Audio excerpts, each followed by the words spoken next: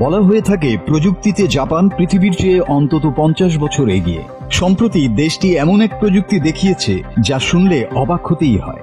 ব্যস্ত রাস্তা কিংবা জনাকীর্ণ রেল স্টেশনে মানুষের প্রতিটি পদক্ষেপ থেকেই এখন উৎপন্ন হচ্ছে বিদ্যুৎ।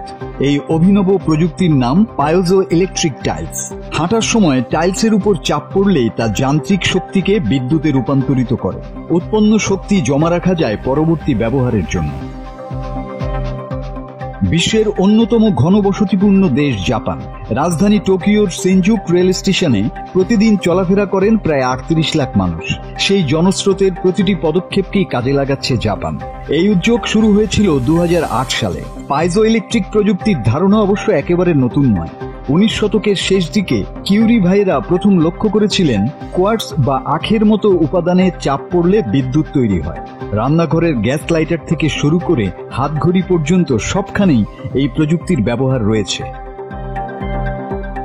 2008 সালে এক একটি টাইলস একবার চাপ পেলে উৎপন্ন করত মাত্র 0.1 ওয়াট বিদ্যুৎ, কিন্তু এখন উন্নত সংস্করণে এক একটি পদক্ষেপ থেকেই পাওয়া যায় প্রায় 30 ওয়াট পর্যন্ত শক্তি।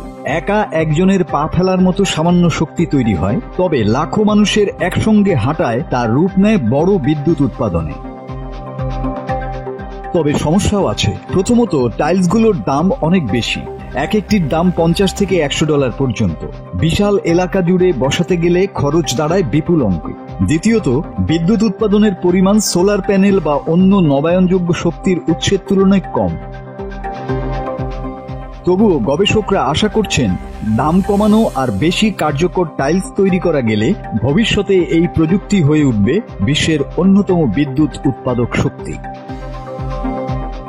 মাসুদ হাসান, বাংলা টিভি।